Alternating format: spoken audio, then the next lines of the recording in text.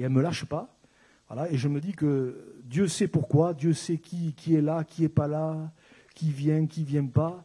Et ce que je voudrais partager avec vous, je suis convaincu que peut-être plusieurs ont besoin de l'entendre ce matin. En fait, la pensée est celle-ci: ne reste pas un spectateur, ou ne reste plus un spectateur. Voilà.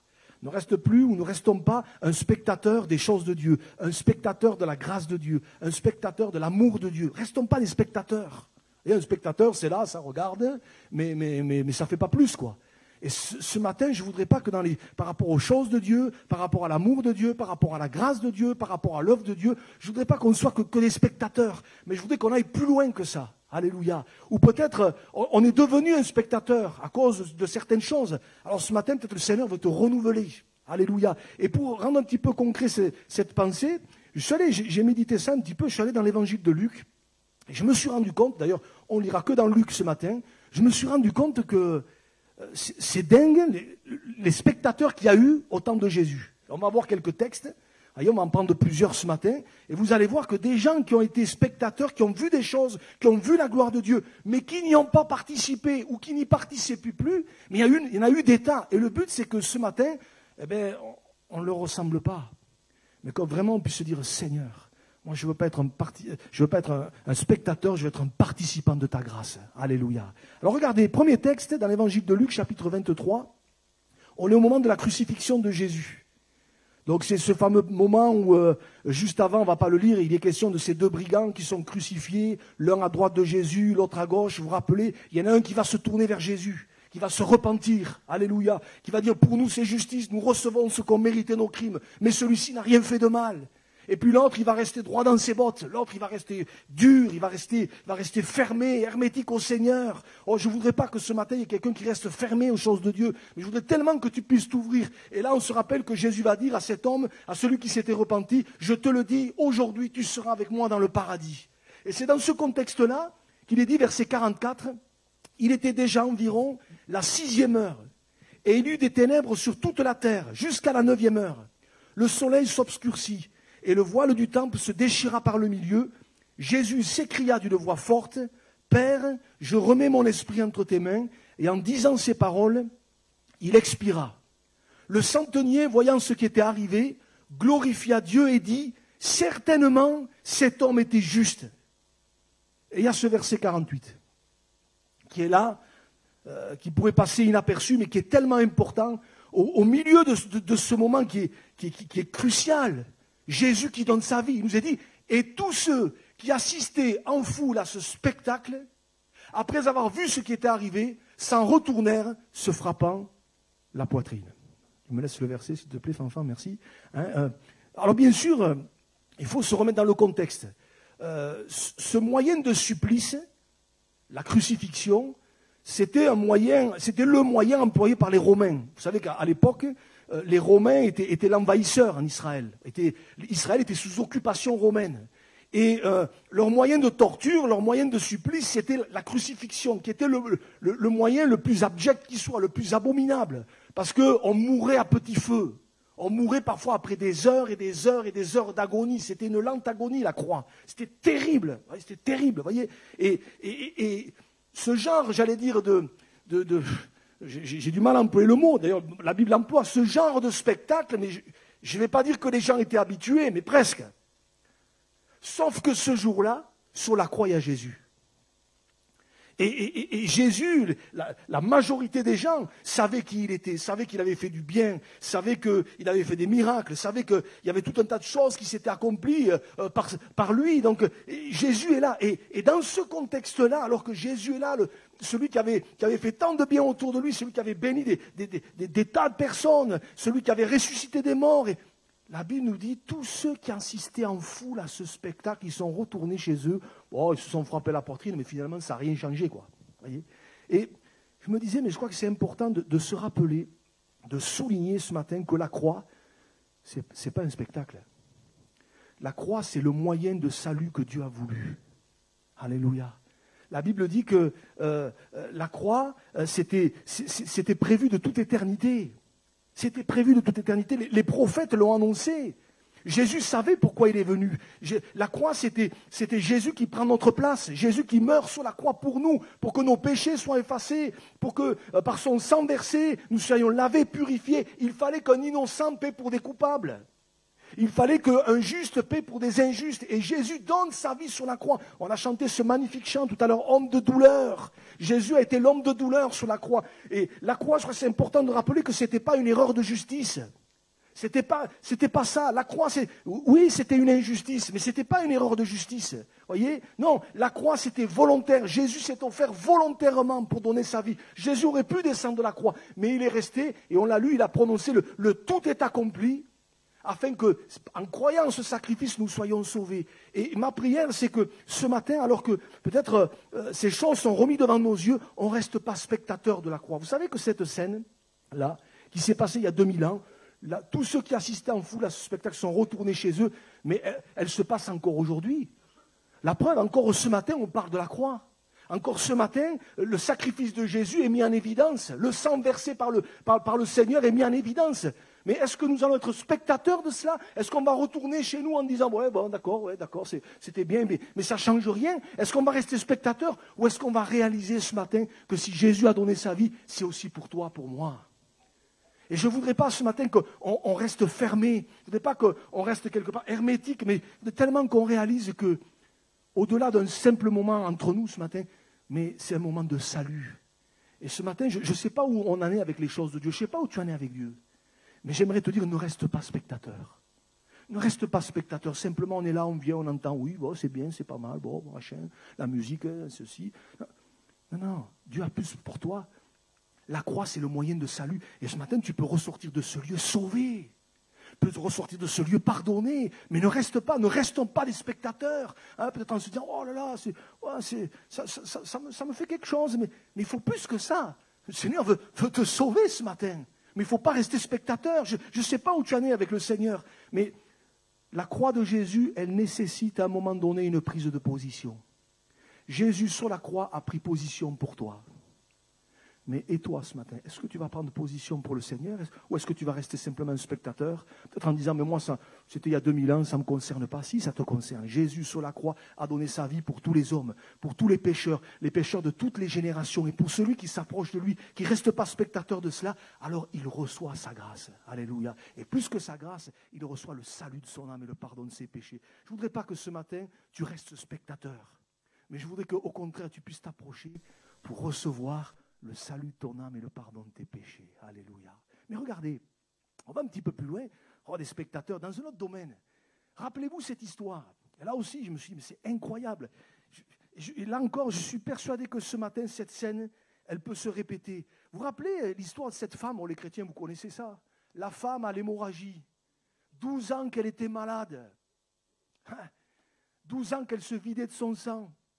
Et la Bible nous dit cette histoire, on va la relire, peut-être pour les amis qui sont là ce matin, vous ne la connaissez pas, alors on va prendre le temps de la relire. Il dit, il y avait une femme atteinte d'une perte de sang depuis 12 ans et qui avait dépensé tout son bien pour les médecins, sans qu'aucun n'ait pu la guérir. Elle s'approcha par derrière et toucha le bord du vêtement de Jésus. Au même instant, la perte de sang s'arrêta. Et Jésus dit, c'est ça qui est important, Jésus dit, qui m'a touché? Qui m'a touché? Comme tous s'en défendaient, moi, j'imagine la scène. Alors, pas moi. Hein? Pas moi. Pierre et ceux qui étaient avec lui dirent, Maître, la foule t'entoure et te presse et tu dis, qui m'a touché? Je ne sais pas combien il y avait de gens là, mais des dizaines et des dizaines, peut-être des centaines. Mais Jésus répondit, quelqu'un m'a touché car j'ai connu qu'une force était sortie de moi. La femme, se voyant découverte, vint toute tremblante se jeter à ses pieds et déclara devant tout le peuple pourquoi elle avait touché et comment elle avait été guérie à l'instant. Alléluia. Et Jésus lui dit, ma fille, ta foi t'a sauvée, va en paix. Ce que je voudrais faire ressortir de cette histoire, c'est que vous avez remarqué comme moi, elle n'était pas toute seule, cette dame. Quand elle s'est approchée de Jésus, qu'elle a touché le bord de son vêtement, n'y voyez pas là de la superstition. Hein. Elle a touché le bord de son vêtement par la foi. Elle se disait, si seulement je puis toucher le bord de son vêtement, je serai guérie. Parce qu'elle a pleinement conscience de qui était Jésus et que Jésus pouvait faire quelque chose pour elle. Alors elle est venue toucher le bord de son vêtement, non pas par superstition, mais parce qu'elle a mis toute sa foi dans le Seigneur Jésus et elle a été guérie. Mais je me dis, est-ce que vous pensez franchement que dans cette foule, il y avait qu'elle qui avait un besoin? Franchement. Il y a peut-être des centaines de personnes qui étaient là. D'ailleurs, Jésus dit, qui m'a touché? Les autres qui disent, mais enfin, Seigneur, qui t'a touché? T'es compressé, c'est comme dans la boîte de sardines, vous savez. Vous connaissez la chanson, hein? Vous la connaissez, la chanson sur les sardines? Ben, c'est un peu ça, hein? C'est un peu ça.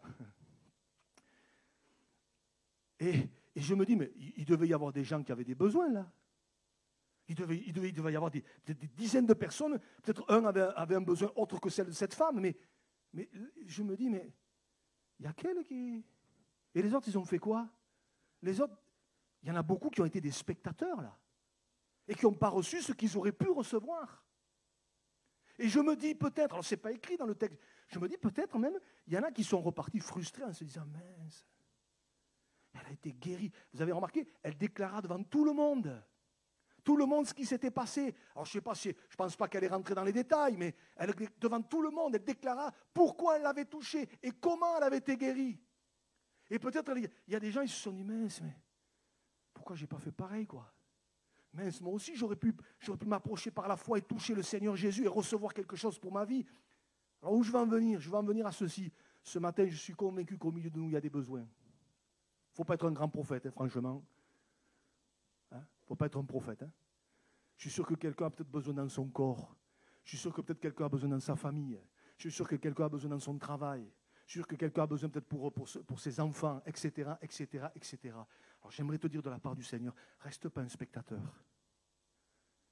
En te disant, oui, Dieu a béni celui-ci, Dieu a béni celui-là, oui, cette femme en son temps-là, je sais que Dieu a béni tel chrétien ou tel...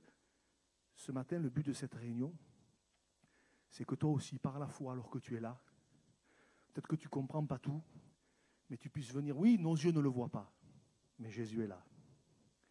Et qu'on puisse s'approcher par la foi de lui dire, Seigneur, tu vois mon besoin.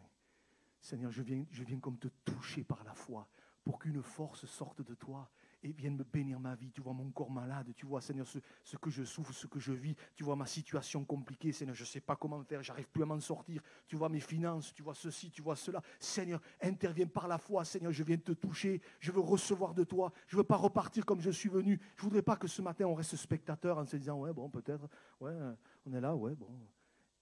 Mais je voudrais que tellement on puisse par la foi venir toucher le Seigneur. Et si ce matin, c'était un moment pour faire un acte de foi. Et tout à l'heure, on aura un moment là, un court moment dans la présence de Dieu. Et je voudrais tellement que là où tu es à ta place, puisse se dire dans ton cœur, Seigneur, tu vois ce besoin. Tu vois, cette femme, elle s'est approchée de toi par la foi. Elle ne savait pas ce qui allait se passer. Moi non plus, Seigneur, je ne sais pas ce qui va se passer. Je ne sais pas comment tu vas faire. Je ne sais pas quand tu vas le faire. Mais par la foi, je viens comme toucher, Seigneur, le bord de ton vêtement. Et je veux recevoir quelque chose qui vienne de toi. Alléluia. Ce n'est pas de l'autosuggestion. Ce n'est pas de la méthode Coué. C'est de la foi. Et je sais que le Seigneur répond à la foi. Alléluia. Et cet après-midi, ce matin, tu peux venir toucher le Seigneur. Ne repars pas frustré en te disant, oh, peut-être je... Ce matin, tu peux venir dire, Seigneur, je viens toucher. Je viens toucher dans ta présence, Seigneur, pour qu'il se passe quelque chose dans ma vie. Et tu viendras témoigner de ce que Dieu a fait. Mais reste pas un spectateur. Reste pas un spectateur. Viens, approche-toi du Seigneur. Approchez-vous de Dieu et il s'approchera de vous. Alléluia. Et ce matin, moi je crois de tout mon cœur que Dieu peut passer dans cette église. Dieu peut passer dans les rangs et venir toucher un corps, venir relever, venir mettre sa main. Alléluia. Il peut se passer des choses extraordinaires si simplement par la foi. Alléluia. On ne regarde pas ce qui se passe autour de nous, à celui-ci, à celle-là. Cette femme, normalement, elle n'aurait jamais dû se trouver là. Je ne vais pas rentrer dans les détails, mais elle n'aurait jamais dû se retrouver là. Mais elle s'est approchée par la foi. Elle s'est dit, qu'importe les autres, moi je m'approche de toi. Ce matin, regarde pas aux autres. Mais si tu as un besoin, dis Seigneur, je m'approche de toi par la foi pour recevoir quelque chose.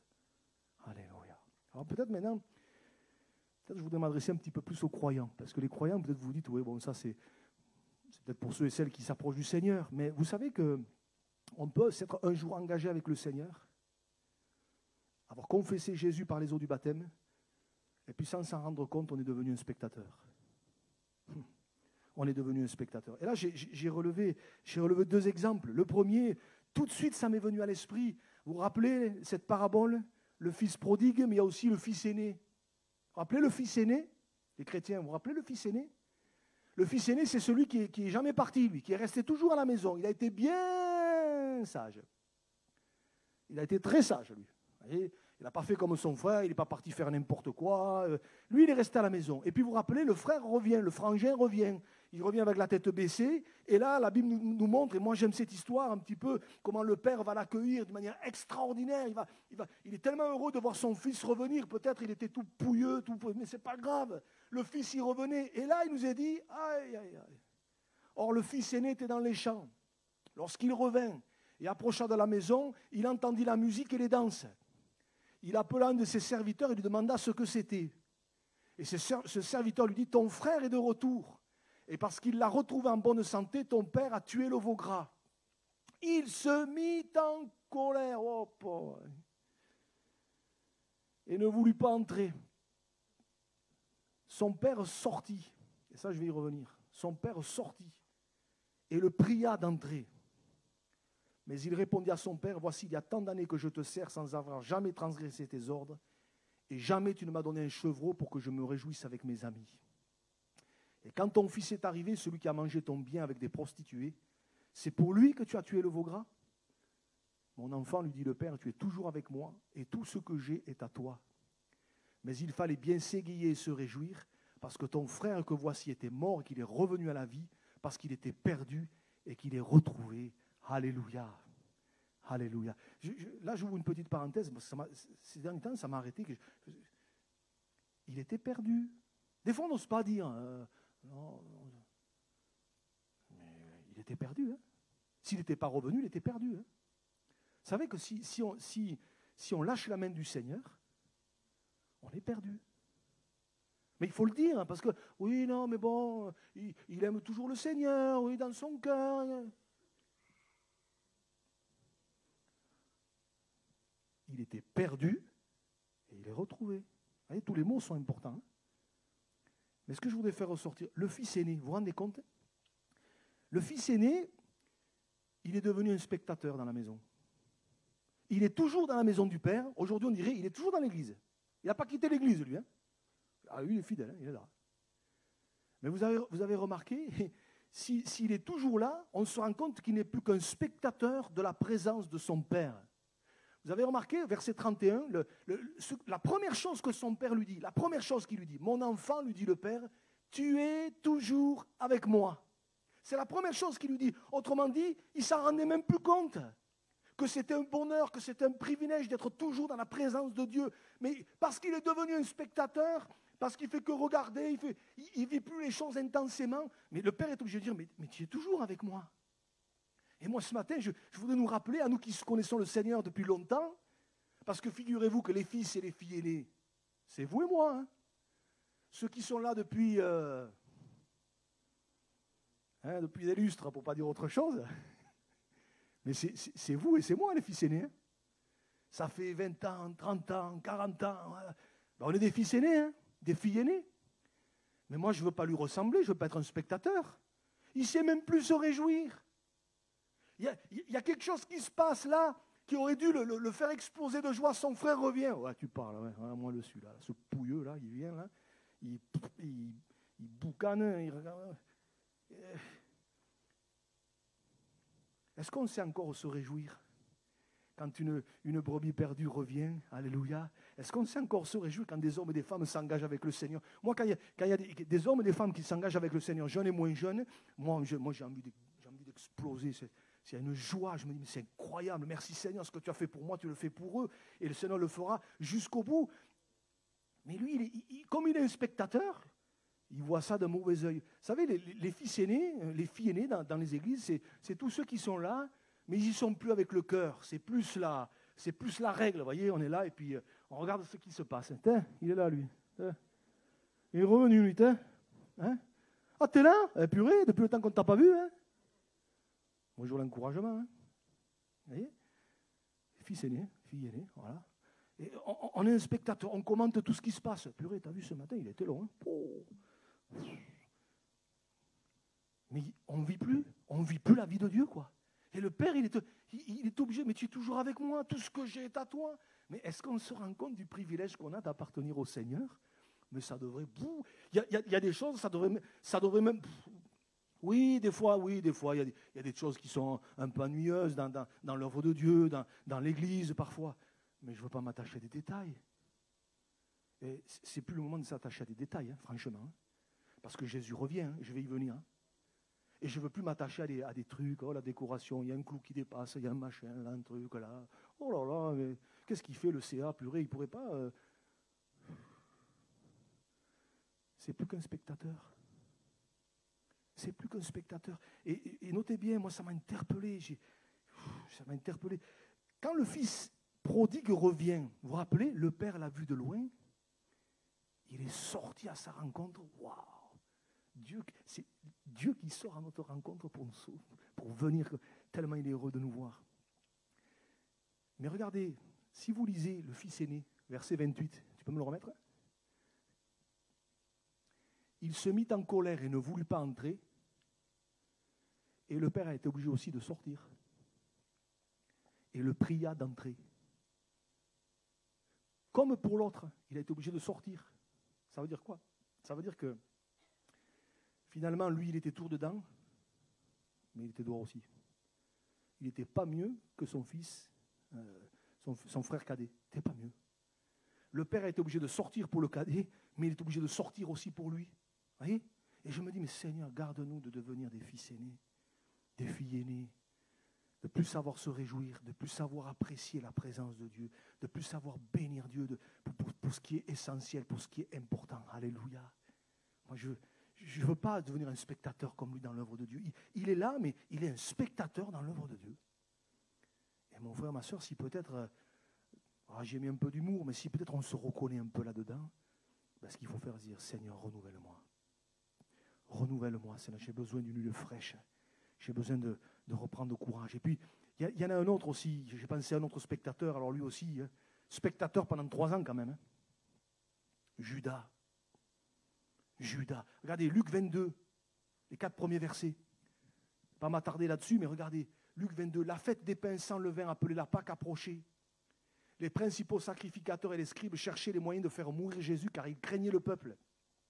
Or, Satan entra dans Judas, surnommé Iscariote, qui était du nombre des 12. Et Judas alla s'entendre avec les principaux sacrificateurs et les chefs des gardes sur la manière de le leur livrer. Ce n'est pas possible quand on lit ça. Il a passé, le gars, 3 ans avec Jésus.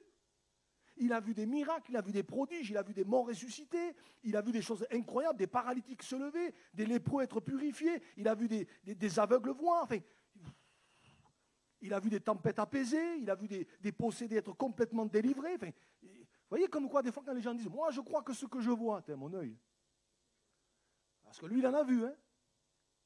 Moi, j'ai connu des gens, et certainement vous aussi, des gens qui m'ont dit « Moi, je crois que ce que je vois. » Et puis un jour, Dieu leur a fait la grâce de voir quelque chose se passer devant leurs yeux. Ils n'ont pas cru pour autant. Hein. Pourquoi? Parce que la foi, c'est un choix. Je choisis de croire ou je choisis de ne pas croire. Et même si je vois, si je n'ai pas envie de croire, si je ne veux pas croire, je ne croirai pas. Ce n'est pas une histoire de voir. Hein. Pas une histoire de voir. Mais Judas, 3 ans là dans la présence de Jésus, ça vous est jamais arrivé, vous de vous dire, purée, allez, même 2 jours, ça. La machine a remonté le temps. Seigneur, tu me prends, tu m'amènes à l'époque de Jésus, je passe 2 jours avec Jésus. Ça devait être incroyable quand même. Hein. Et lui, à un moment donné, là, excusez-moi, hein, pour du pognon, pour de l'argent, il va livrer Jésus. Et je me dis, mais qu'est-ce que tu as fabriqué pendant 3 ans avec Jésus? Vous savez que Judas était voleur. Il piquait dans la bourse. Jésus le savait. Hein. D'ailleurs, le fait qu'il lui ait confié la bourse à lui, c'est pas anodin. C'est pas anodin. Hein. Enfin, moi, c'est pas à lui que je l'aurais confié. Hein. Moi, je ne donnerai pas ma carte bleue à n'importe qui. Hein. Allez. Et là, ils donnent leur carte bleue. Enfin,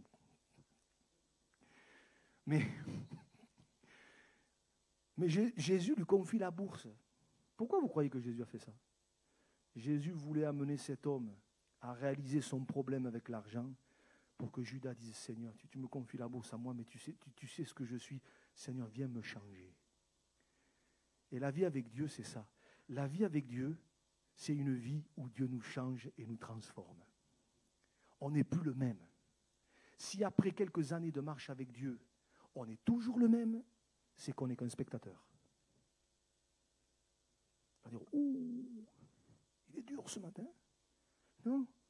Parce que quand je vis auprès du Seigneur, quand je vis près de lui, mais quelque part, il me change, il me transforme. Quand je suis au contact de la sainteté du Seigneur, quand je suis au contact de sa présence, mais d'abord je me sens sale, un petit peu comme Pierre qui va dire « Retire-toi de moi car je suis un homme pécheur ». Mais je ne veux plus rester pareil. Je dis « Seigneur, mais change-moi ». Change-moi. D'ailleurs, l'apôtre Paul le dira, et ça a été cité, je crois, tout à l'heure, si quelqu'un est en Christ, il est une nouvelle créature, les choses anciennes sont passées, je ne suis plus comme avant. Mais si après des années de marche avec Dieu, j'ai toujours le même sale caractère, dès qu'on me marche sur le pied, je réagis, pour ne pas dire autre chose, si j'ai un vocabulaire bien fleuri, etc., mais je suis qu'un spectateur, hein. Parce que je crois que Dieu me change, Dieu nous change du haut jusqu'en bas. Ça ne veut pas dire qu'il n'y a pas encore des progrès à faire, ça ne veut pas dire qu'on est parfait, mais béni soit Dieu. Quand moi je considère depuis le début où je marche avec Dieu jusqu'à aujourd'hui, je dis Seigneur, mais c'est incroyable, il y a encore du boulot, hein. Il y a encore du boulot. Mais enfin, je dis Seigneur, mais tu m'as changé. Tu m'as changé. Moi je crois encore aujourd'hui en un Dieu qui nous change et nous transforme. Et ça, c'est le meilleur témoignage que vous puissiez donner. Vous étiez colérique, vous ne l'êtes plus. Purée. Comme l'apôtre Paul, moi qui étais un homme violent, va-t-il dire dans son témoignage, et puis quand il écrit à Timothée, il dira, tu as suivi de près ma foi, ma constance, ma douceur. Dites, ma douceur. Le gars, tu lui marchais sur le pied, t'en envoyais une, maintenant ma douceur. C'est incroyable ça. Mais comment ça se fait? Ça se fait parce que le Seigneur nous change. Mais quand je reviens à Judas, au bout de 3 ans, il est capable d'aller vendre Jésus pour 30 pièces d'argent, le prix d'un esclave. Voyez? Mais je me dis, mais il a rien compris. Je me dis, mais c'est pas possible. Il est resté un spectateur de Jésus. Et moi, je n'ai pas envie d'être dans l'œuvre de Dieu, même si peut-être un jour j'ai été baptisé, je n'ai pas envie de rester un spectateur. Moi, je veux dire, Seigneur, change-moi. Et c'est là qu'après, quand vous allez témoigner, on va dire, mais qu'est-ce que tu as? Tu n'es plus comme avant. Et bien là, vous pourrez dire, mais voilà ce qui s'est passé dans ma vie. Vous pourrez parler du Seigneur. Vous savez, si vous parlez du Seigneur alors que vous faites comme les autres, vous n'avez aucun impact, aucun poids. Hein. C'est quoi la différence? Il faut que les gens voient une différence. Judas, toujours pareil, un spectateur. Et puis, j'ai pensé aussi, et là, peut-être ce matin, ça va parler à quelqu'un. Quelqu'un qui aurait pu devenir un spectateur, mais qui s'y est refusé. C'est Zacharie, le père de Jean-Baptiste. Vous vous rappelez? Regardez, on va lire quelques versets. Luc chapitre 1er, versets 5 à 7. Du temps d'Hérode, roi de Judée, il y avait un sacrificateur nommé Zacharie, de la classe d'Abia. Sa femme était d'entre les filles d'Aaron et s'appelait Élisabeth. Tous deux étaient justes devant Dieu, observant d'une manière irréprochable tous les commandements et toutes les ordonnances du Seigneur. Waouh! Ils n'avaient point d'enfants parce qu'Élisabeth était stérile. Et ils étaient l'un et l'autre avancés en âge. Ce que je veux faire ressortir là, c'est que ce n'est pas n'importe qui, Zacharie, c'est un sacrificateur. Alors je ne vais pas rentrer dans les détails, je vais simplifier au maximum. Il servait Dieu dans le temple. Voilà. Il servait Dieu dans le temple. C'était un privilège, c'était un honneur. Voyez. Pourtant, vous avez remarqué comme moi, et ce verset 7, il est là pour nous le faire toucher du doigt, ce Zacharie, avec son épouse, vous avez remarqué que c'était un couple de Dieu, un couple de foi. Il vivait un drame. Il vivait une déception. Il vivait une désillusion. Il ne pouvait pas avoir d'enfant. Vous allez me dire, oh. Mais à cette époque-là, c'était considéré comme une honte, comme une opprobre. Ne pas avoir d'enfant, c'était mal vu. C'est qu'il y avait quelque chose qui n'allait pas, voyez. Donc, et lui, en plus, c'était un sacrificateur. Il servait Dieu dans le temple. En plus, la Bible nous dit tous deux étaient justes devant Dieu. Ils ne faisaient pas n'importe quoi. Et pourtant, malgré ça, il y avait comme un point noir là, dans leur vie. Il y avait une déception, une désillusion. Les choses ne s'étaient pas passées comme ils auraient aimé que ça se passe. Pas d'enfant. Et je me dis qu'il y avait tout le cocktail là pour que cet homme dise, bon, allez, c'est bon, je laisse tomber. Mais regardez la suite du texte, verset 8. Et moi, j'aime ce verset 8. Oui, il vivait une déception, il vivait une désillusion, mais il est dit, or, pendant qu'il s'acquittait de ses fonctions devant Dieu, ça veut dire qu'il n'a pas laissé tomber, il s'est accroché. Selon le tour de sa classe, il fut appelé par le sort. Et puis là, vous connaissez la suite du texte, on ne va pas le lire. Là, un ange va lui apparaître et va lui dire, Zacharie, ta prière a été exaucée. Ta femme t'enfantera un fils. Et c'est de là qu'est né Jean-Baptiste, le précurseur de Jésus. Voyez. Mais ce que je veux faire ressortir, c'est ceci. C'est que parfois, au cours de notre marche avec Dieu, on peut rencontrer une déception, une désillusion. C'est-à-dire une situation où, franchement, on aurait aimé que ça se passe autrement. Et pourtant, ça s'est passé. Ça s'est passé. Ça nous a déchirés, ça nous a fait mal, ça nous a meurtris. Mais si c'est le cas ce matin, mon frère, ma sœur, j'aimerais vraiment te dire de la part du Seigneur, ne laisse pas cette désillusion, cette déception, te faire devenir un spectateur de l'œuvre de Dieu.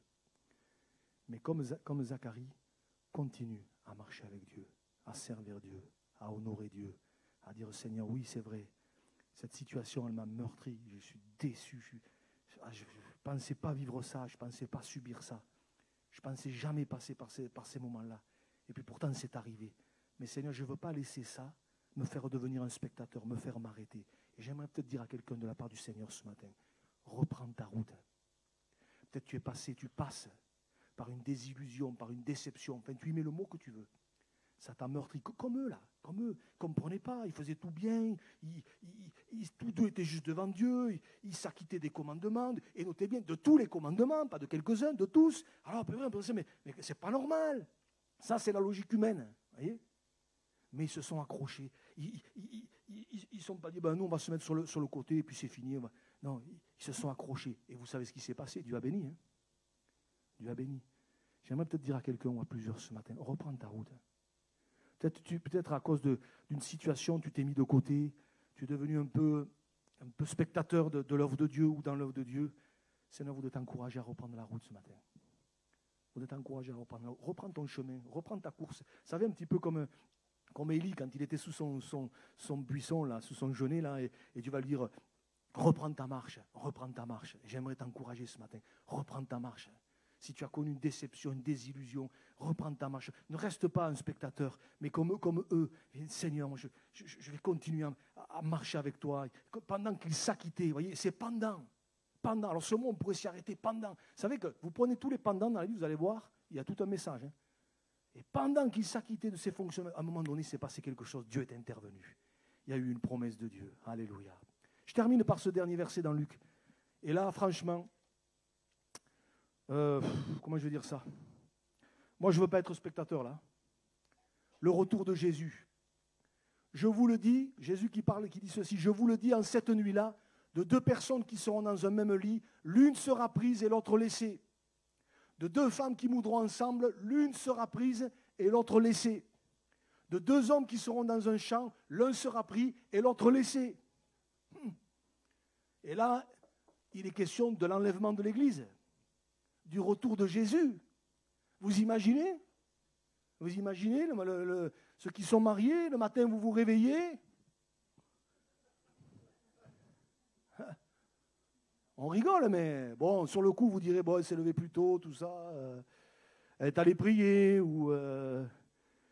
et puis demi-heure après, il n'y a toujours personne à côté. Hein. Et puis vous la cherchez. Vous arrivez au boulot, le collègue, il n'est pas là. Vous arrivez à l'église. Si c'est un dimanche, imaginez c'est un dimanche. Le dimanche matin, vous arrivez à l'église, purée, vous arrivez à 10h. Qu'est-ce qu'il y a? Qu'est-ce qui se passe? Qu'est-ce qui se passe? Hein? Puis tout d'un coup, vous avez un ou deux qui arrivent encore. Mais ils sont où les autres? Il est où le pasteur? Enfin, j'espère que le pasteur sera parti, lui. Hein. Vous imaginez si le pasteur il arrive? Ça affichera mal quand même. Bon, bref. Mais je ne veux pas être spectateur de ça, moi. On en sourit, on en rigole. Mais je pense que ça ne va pas rigoler hein, quand Jésus va revenir. Parce que comme des millions de personnes vont disparaître en un clin d'œil, vous imaginez ce que ça peut donner? Ça va être dans les trains, dans les avions, un peu partout, enfin, ça va être... Moi, je ne veux pas être spectateur de ça. Hein. Je ne veux pas être spectateur de ça. Moi, je veux partir avec le Seigneur. Hein. Je veux partir avec le Seigneur. Hein. Mais il faut être prêt. Alors ce matin, vous avez compris le message, mais où est-ce qu'on en est avec le Seigneur? Où est-ce que tu en es avec le Seigneur? Peut-être je voudrais m'adresser peut-être déjà aux amis, si tu n'as pas encore donné ton cœur au Seigneur. Mon but, ce n'est pas de mettre de la pression, mais c'est t'amener à réaliser que c'est important. C'est important. Il faut que tu ailles plus loin. Il faut que tu ouvres ton cœur. Il faut que tu reçoives Jésus comme Sauveur et Seigneur. L'apôtre Paul disait, soyez réconciliés avec Dieu. Et ce matin, c'est une occasion que Dieu te donne encore d'aller un petit peu plus loin, de ne pas rester un petit peu en marge, un petit peu spectateur de ces choses. Dire, ouais, bah c'est bien. Non, à un moment donné, il faut aller plus loin. Il faut aller plus loin. Alléluia. Mais pour nous, les frères et sœurs, il faudrait nous encourager. Ne devenons pas des spectateurs de l'œuvre de Dieu. On est là, on regarde ce qui se passe, mais finalement, on ne vit plus les choses. Moi, je veux vivre la vie avec Dieu pleinement, entièrement. Alléluia. De tout mon cœur. Je vais encore dire, Seigneur, remplis-moi du Saint-Esprit ce matin. Remplis-nous, Seigneur. Qu'on soit bouillant, fervent pour toi, zélé pour toi jusqu'au bout, jusqu'au jour où tu reviendras nous prendre. Et l'éternité, moi, j'ai envie d'y être. Hein. Je n'ai pas envie de passer à côté. Et toi? Alléluia. Mais il ne faut pas rester un spectateur. Hein. Alors, je voudrais qu'on prenne quelques instants encore. Je voudrais peut-être qu'on prenne un chant, mais je voudrais qu'on réfléchisse. Je voudrais qu'on réfléchisse ce matin, parce que c'est important. Je ne sais pas où tu en es avec Dieu, mais c'est peut-être l'occasion que Dieu te donne. Ça fait plusieurs dimanches que j'insiste, mais je crois vraiment que c'est Dieu qui insiste. Si tu n'as pas donné ton cœur au Seigneur, c'est peut-être encore une occasion d'aller plus loin. Et il y a ce chant qui dit « Je te donne mon cœur ». Dès qu'on la musique commence à le jouer, voilà, mais qu'on puisse vraiment encore ce matin les uns les autres, et même nous qui connaissons le Seigneur depuis longtemps, où est-ce qu'on en est? Si ce matin, mon frère, ma soeur, tu es devenu un fils aîné, une fille aînée, mais c'est l'occasion de dire, Seigneur, renouvelle-moi. Si peut-être ce matin, tu es arrêté sur le bord du chemin à cause d'une désillusion, d'une déception, ou qu'importe, dis, Seigneur, je veux reprendre la route, mais aide-moi, j'ai plus de force, j'y arrive plus. Viens me renouveler, Seigneur, ce matin. Mais c'est l'occasion vraiment de dire, Seigneur, viens. Je ne veux pas rester à côté. Je ne veux pas être un spectateur. Alléluia. Tu vas bientôt revenir. Moi, je crois vraiment qu'il nous faut être prêts. Ne restons pas des spectateurs, parce que le jour de l'enlèvement, ça sera trop tard. Ça sera trop tard. Ça sera trop tard. Et il ne restera plus que les yeux pour pleurer. Et c'est pour ça qu'encore ce matin, c'est jour de grâce. C'est jour de grâce. Je voudrais tellement que ce soit un moment où on puisse ouvrir notre cœur. Ce soit un moment aussi, comme j'ai dit tout à l'heure, où on puisse par la foi dire, Seigneur, tu vois mon besoin. Tu vois mon corps malade. Tu vois, Seigneur, ma situation. Seigneur, par la foi, ce matin, je viens te toucher, Seigneur. Pour qu'il se passe quelque chose, Seigneur. Pour qu'il se passe quelque chose. Pour que, Seigneur, vraiment, Seigneur, quelque chose se débloque, Seigneur, dans ma situation, dans mon besoin, dans mon problème, Seigneur. Je ne sais pas quoi faire. Cette femme des évangiles, elle avait tout essayé. Mais Seigneur, je viens te toucher ce matin par la foi pour que, Seigneur, tu étendes tes mains. Alléluia. On peut prendre quelques instants, après on chantera ce chant. Ah, Seigneur, toi qui connais les cœurs ce matin, tu connais nos vies, Seigneur. Merci pour ce que tu fais. Et ce matin, alors que mon œil ne le voit pas, je sais que par le Saint-Esprit, tu fais ton œuvre, Seigneur, au nom de Jésus. Étends tes mains. Seigneur, tu es celui qui peut passer dans les rangs et guérir ce matin. Guérir un corps malade, Seigneur, au nom de Jésus. Tu peux, Seigneur, ouvrir une porte pour quelqu'un. Tu peux dénouer une situation. Seigneur, tu peux poser ta main alors que nous sommes là devant toi. Nous voulons comme te toucher par la foi, Seigneur, ce matin. Pour te dire, Seigneur, j'ai besoin de toi. Seigneur, s'il y a des fils et des filles aînés, Seigneur, renouvelle-les ce matin. Alléluia. Ah, Seigneur, viens ce matin. Peut-être quelqu'un a besoin d'aller plus loin avec toi. Peut-être n'ose pas aller plus loin. Pour X raison, viens le toucher ce matin. Viens le bénir, Seigneur. Alléluia. Alléluia. Je vais faire un simple appel ce matin. Et là, je m'adresse uniquement peut-être à ceux et celles qui ne connaissent pas ou qui n'ont pas encore fait ce pas pour le Seigneur. Si tu as déjà fait ce pas, tu es passé par les eaux du baptême, cet appel, il n'est pas pour toi ce matin. Mais pour les autres, ce matin, je voudrais te donner l'occasion de saisir la main du Seigneur. Saisir la main de Dieu. Et dire, Seigneur, j'ai besoin de toi. Je ne veux plus rester spectateur, je veux devenir acteur. Je veux devenir acteur. Je ne veux plus rester dans les gradins. Je veux rentrer sur le terrain. Alléluia. Je veux rentrer sur le terrain de la foi. Alléluia. Pour vivre des choses avec toi. Alors si quelqu'un a ce souhait, ce désir ce matin, tu lèves ta main, tu la rebaisses, on va prier. Voilà. Simplement. C'est important. C'est un moment devant Dieu. Voilà. On peut rebaisser. Ouais. Alléluia. Alléluia. Alléluia. Gloire à Dieu. Alléluia. Ne forcez personne ce matin. Est-ce qu'il y a encore quelqu'un? Alléluia. Il y a des mains qui se sont levées ce matin. J'aimerais te dire, toi qui as levé ta main, Dieu l'a vu. Dieu l'a vu. C'est ça le plus important. Alléluia. Et je t'encourage à persévérer dans ta démarche de foi.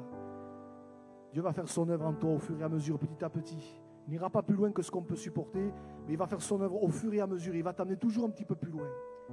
Alléluia. Alléluia. Seigneur, tu vois ces bien-aimés. Je te prie de les bénir, Seigneur. Tu prends soin d'eux, tu les prends en charge, Seigneur. Au nom de Jésus, Seigneur, et que tout ce qui est obstacle, tout ce qui voudra les empêcher d'aller plus loin, soit brisé au nom de Jésus. Alléluia, Seigneur. Je te demande d'étendre tes mains, Seigneur, sur eux. Tu vois leur contexte. Tu connais leurs besoins. Seigneur, à toi la gloire. Tu les bénis, Seigneur. Tu les bénis, Seigneur. Tu les confortes, tu les solidifies dans la foi. Tu leur fais faire des expériences nouvelles avec toi. Tu les remplis du Saint-Esprit. Tu en fais des nouvelles créatures, Seigneur. Alléluia. Tu les bénis, Seigneur. Tu connais leurs besoins aussi. Seigneur, étends tes mains, Seigneur. Alléluia. Tu chasses, Seigneur, tout ce qui est dépression, tout ce qui est cauchemar, tout ce qui est, Seigneur, crainte, peur, trouble, tout ce qui ne fonctionne plus. Au nom de Jésus, tu remets tout en ordre, Seigneur. Tu remets tout en ordre ce matin, Seigneur. Alléluia. Les choses retrouvent leur déroulement normal, Seigneur. Au nom de Jésus. Alléluia. Que la paix envahisse les cœurs, Seigneur. Au nom de Jésus. Au nom de Jésus. Alléluia. Alléluia. Alléluia, Jésus. Peut-être qu'il y a plusieurs qui ont dans leur corps ce matin. C'est peut-être physique, c'est peut-être psychique, qu'importe. Lève-toi à ta place, on va prier aussi. On va prier aussi. Pour ceux qui ont besoin. Tu es malade, soit physiquement, soit des choses qui ont besoin de retrouver quelque chose de normal. On va prier pour. Et ce matin, je vais prier, mais c'est vous là, alors que vous êtes debout, c'est vous à votre place qui dites, dans votre cœur, vous dites, Seigneur, par la foi, comme cette femme des évangiles, je viens te toucher ce matin. Et citez votre besoin devant Dieu. Citez-lui. Dites-le avec votre bouche, Seigneur, tu vois, telle chose, tel besoin. Tu vois cette dépression, tu vois ce problème-là. Seigneur, je viens te toucher pour qu'il se passe quelque chose, Seigneur. Alléluia. Et vous qui êtes assis, priez pour ceux qui sont debout. Priez pour eux. Je vais prier, mais priez vous aussi. Alléluia. Dites, Seigneur, bénis-les, Seigneur, dans leur corps, au nom de Jésus. Alléluia. Seigneur, étends tes mains, Seigneur, sur ces corps. Étends tes mains sur ces situations. Au nom de Jésus, Seigneur, sur la croix. Tu as pris toutes nos maladies, toutes nos infirmités. Alléluia. Par tes meurtrissures, Seigneur. Nous sommes guéris, Seigneur. Étends tes mains sur ces corps malades, Seigneur. Au nom de Jésus, tu allais de lieu en lieu, faisant du bien. Guérissant tous ceux qui étaient sous l'emprise, Seigneur, de mauvais esprits. Tu guérissais les corps. Seigneur, tu le fais encore aujourd'hui. Ah, Seigneur. Tu es le même hier, aujourd'hui, éternellement. À Dieu, rien n'est impossible. Alors, Seigneur, bénis ces vies, bénis ces corps. Au nom de Jésus. Au nom de Jésus. Alléluia. Tu remets les choses en ordre. Tu remets les choses droites. Alléluia. Seigneur, vous leur donnez, Seigneur, à la dépression, à la crainte, à l'angoisse, aux peurs de s'en aller au nom de Jésus. Alléluia, Seigneur. Tu passes dans ce lieu. Et tu manifestes ta grâce. Tu manifestes ta grâce, Seigneur. Alléluia. Prenons quelques instants pour louer Dieu. Alléluia. Pour le bénir, pour lui demander. Alléluia. Seigneur, je m'attends à toi. Alléluia. Dites-lui, je m'attends à toi, Seigneur. Je m'attends à toi. Comme cette femme des évangiles. Je te touche ce matin par la foi. Je veux recevoir de toi, Seigneur. Alléluia. Une force qui sort du Seigneur, qui vient ce matin et te touche. Alléluia. À toi la gloire, Seigneur. Alléluia, Jésus. Carissa et décalage.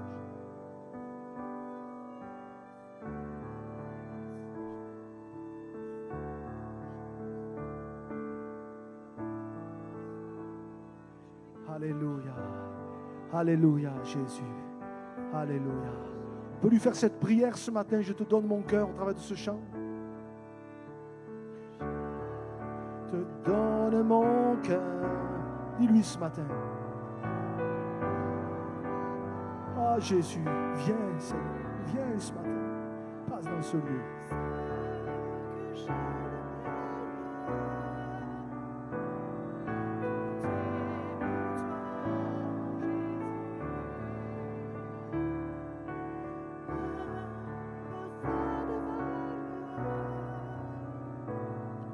sur toi est répandu. C'est l'offrande de mon cœur, oui. Je suis à toi, Jésus. Prends mon âme, prends mon cœur, je te donne tout. Prends ma vie, me voici.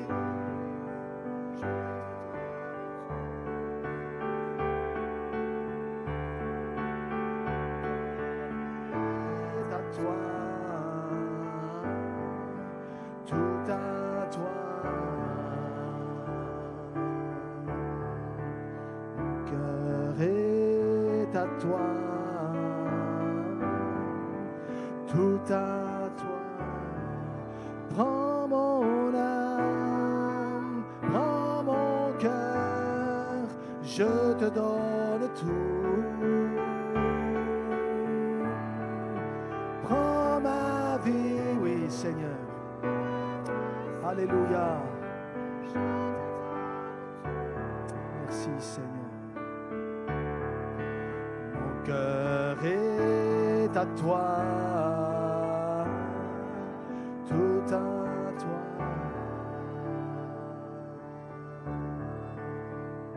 Mon cœur est à toi, tout à toi.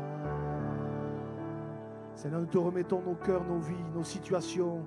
Tu entends les soupirs, même les prières les plus inaudibles, tu les entends, Seigneur, parce que tu regardes au cœur. Alors à toi la gloire encore ce matin, pour les corps dont tu t'occupes, pour les situations dont tu t'occupes, pour les vies que tu sauves, que tu changes, que tu transformes. À toi la gloire, Seigneur, encore ce matin. Nous te bénissons encore pour ce temps devant toi. Seigneur, merci parce que, Seigneur, tu n'es pas resté spectateur, tu es venu et tu as donné ta vie sur la croix. Tu es mort, mais tu es ressuscité et tu vas revenir nous chercher. Alors à toi soit la gloire encore ce matin. Nous te bénissons dans le nom précieux de Jésus. Amen. Amen. Gardez ces choses que vous avez reçues ce matin. Alléluia. Et laissez Dieu continuer son œuvre. Béni soit Dieu. J'ai oublié de vous dire, dimanche prochain, le pasteur Jean Serré qui viendra annoncer la parole. Le pasteur de hier, Jean, c'est lui qui annoncera la parole dimanche prochain. Allez, que Dieu vous bénisse.